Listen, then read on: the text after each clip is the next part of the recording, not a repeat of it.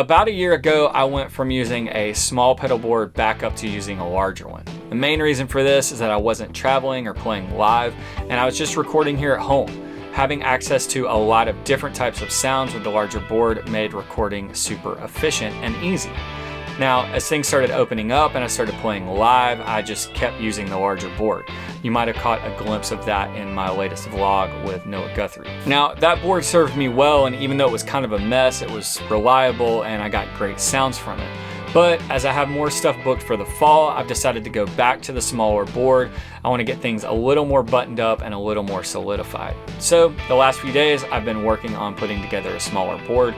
Today, we're going to take a look at that. I'm going to talk about my thought process in putting it together, talk about the signal chain, and here's some sounds from it. All right, let's get into it. If you're familiar at all with my previous setups, then you're going to notice right away there are some pedals that are missing from my typical setup. There are three main staples that I've used for years and years that are not on this board. Those would be the Greer Lightspeed, the Diamond Compressor, and the Strymon Big Sky.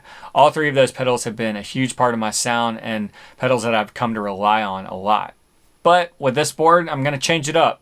I'm going to see if it sticks. I might find myself going back to some of those, but I'm at least going to give it a shot, kind of to get some different sounds and maybe think about some things in a different way. Let's run down the signal flow really quick. I did some things on this board that are a little different for me, but I think really adds to the flexibility.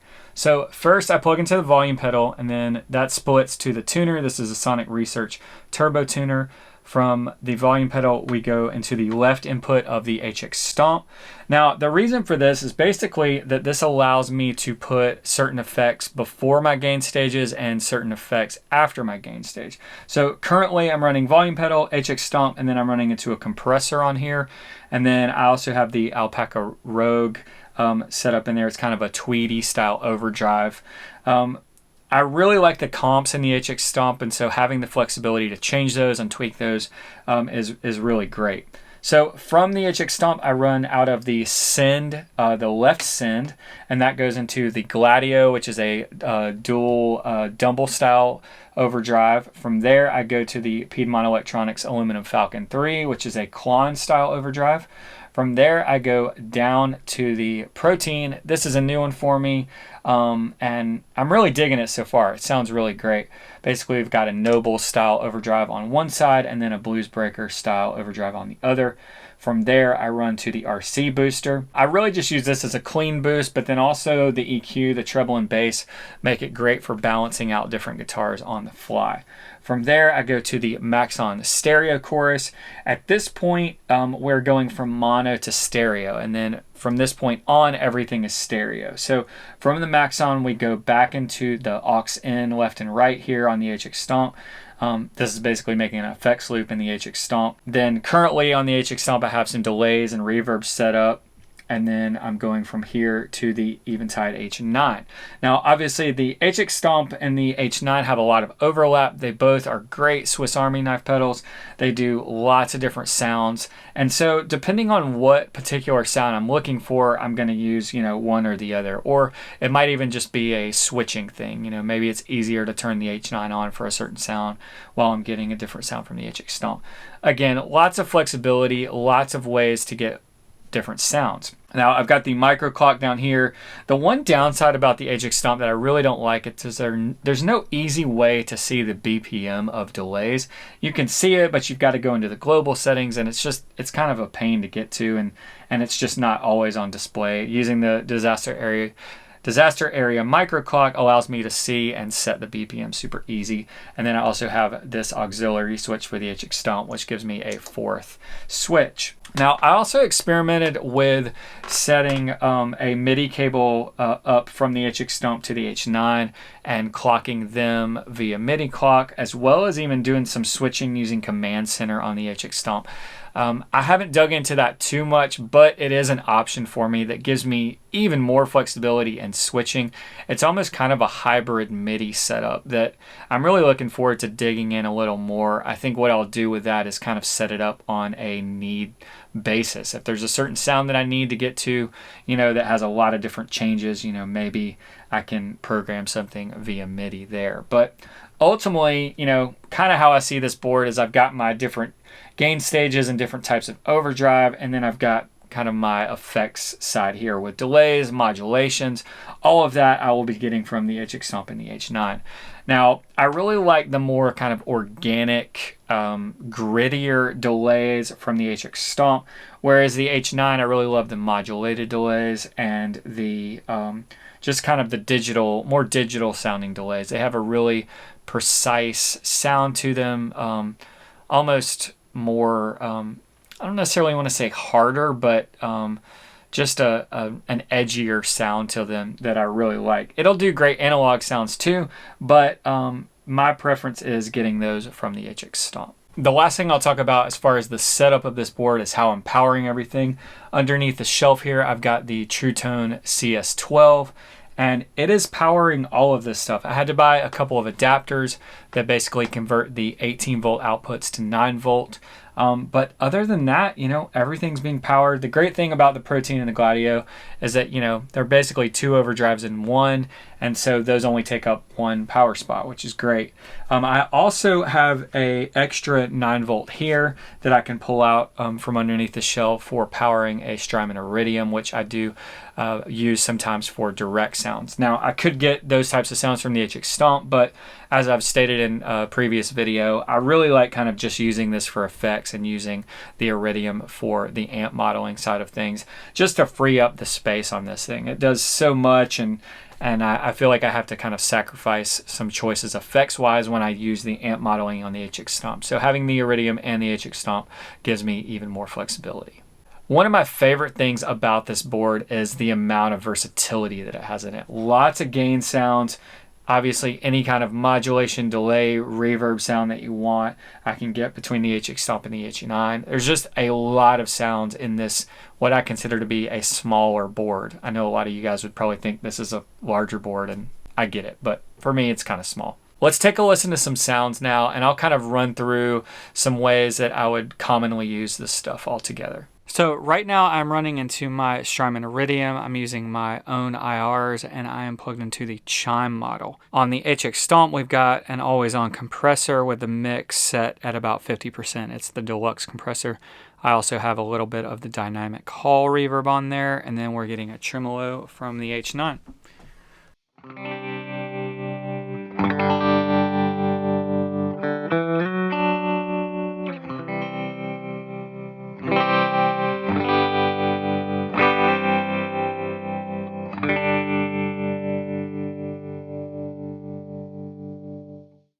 So that'd be my bass level clean sound.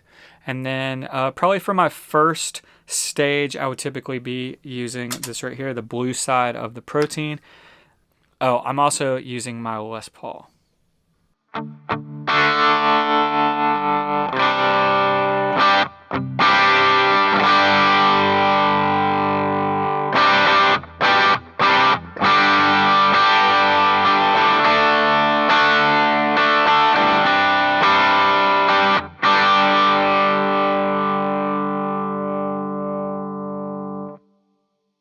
So for a lot of things, that's going to kind of be my basic sound. This is probably the overdrive that I'll leave on most of the time for certain things, unless I just need a really clean sound. And then next, I would probably stack that with a couple of different options, either the green side of the Protein,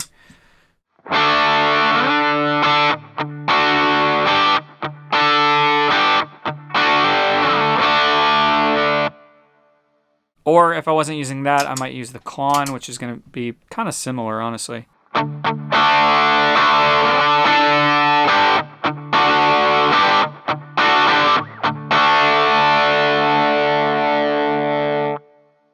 They both have a lot of that kind of mid-range honkiness. This guitar in the bridge position already has some of that, so it's really emphasizing that even more. One thing I will say about having multiple overdrives and lots of different overdrives. Obviously, I might not use all of these on a certain gig, but it's good to have options. And a lot of times I will use different overdrives to EQ a specific guitar. If I'm changing to a guitar for a song or something, I might, use the con to boost the level and to brighten it up, or to boost the level and to darken it up and set the gain really low.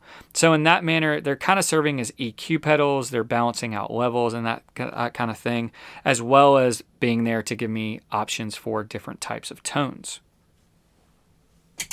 For instance, a lot of times when I am playing slide, I will use a pedal to boost my signal. I've really liked the left side of the Gladio for this lately. Now, I really like that left side too for like lead boost kind of stuff. It gives me a lot of sustain and kind of a singy lead thing.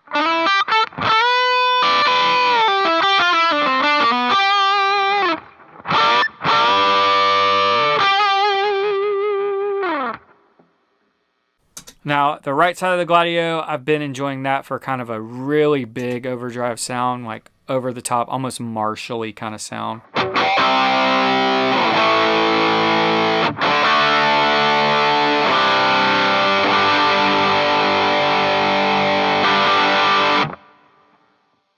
It's rare that I'm going to use a sound like that, but if I need it, then I can get it there. I also have been setting the gain pretty low on that and using it similar to the left side, but just a different color.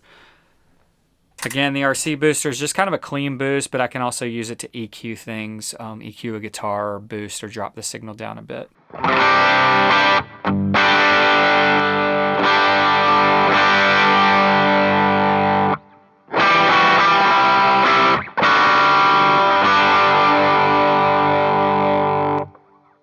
Obviously, I've got my chorus here. I love the stereo chorus. It gives me a lot of width, especially if I'm doing like a funky or clean thing, like on a Strat. It just sounds incredible for that.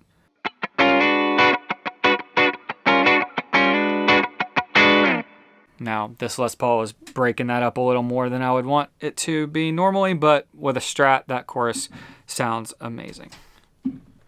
Again, with the HX Stomp and the H9, I'm getting lots of reverb and modulation and delay sounds. Let's see.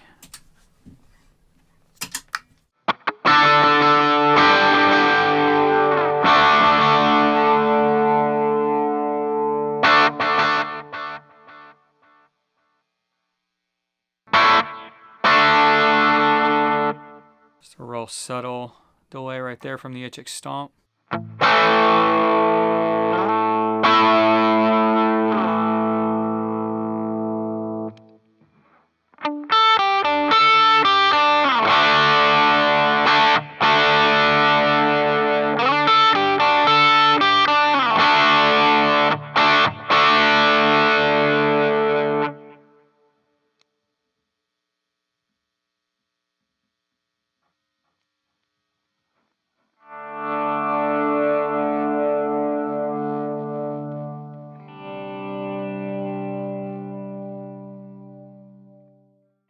So far, I'm really happy with this board. Moving from a larger board down to this one that's a little more compact, I still have lots of options and lots of versatility. If you have questions about it or the build process, definitely leave me a comment below. I will also be linking several things in the description below, just to different manufacturers and different things that I used during the process that made it easy. Also in the description, I will be linking to my speaker IRs, HX Stomp presets, Kemper profiles, my brand new course. It's all about layering parts. All of those are great ways to support the channel and should give you good resources. That's gonna do it for this one. As always, thank you for watching. Lots of new subs in the last month. Thank you guys for being here. I know it's kind of cheesy to say, but I really couldn't do this without you guys. So thank you for being here. Thanks for watching. Until next time, I'll see you out there.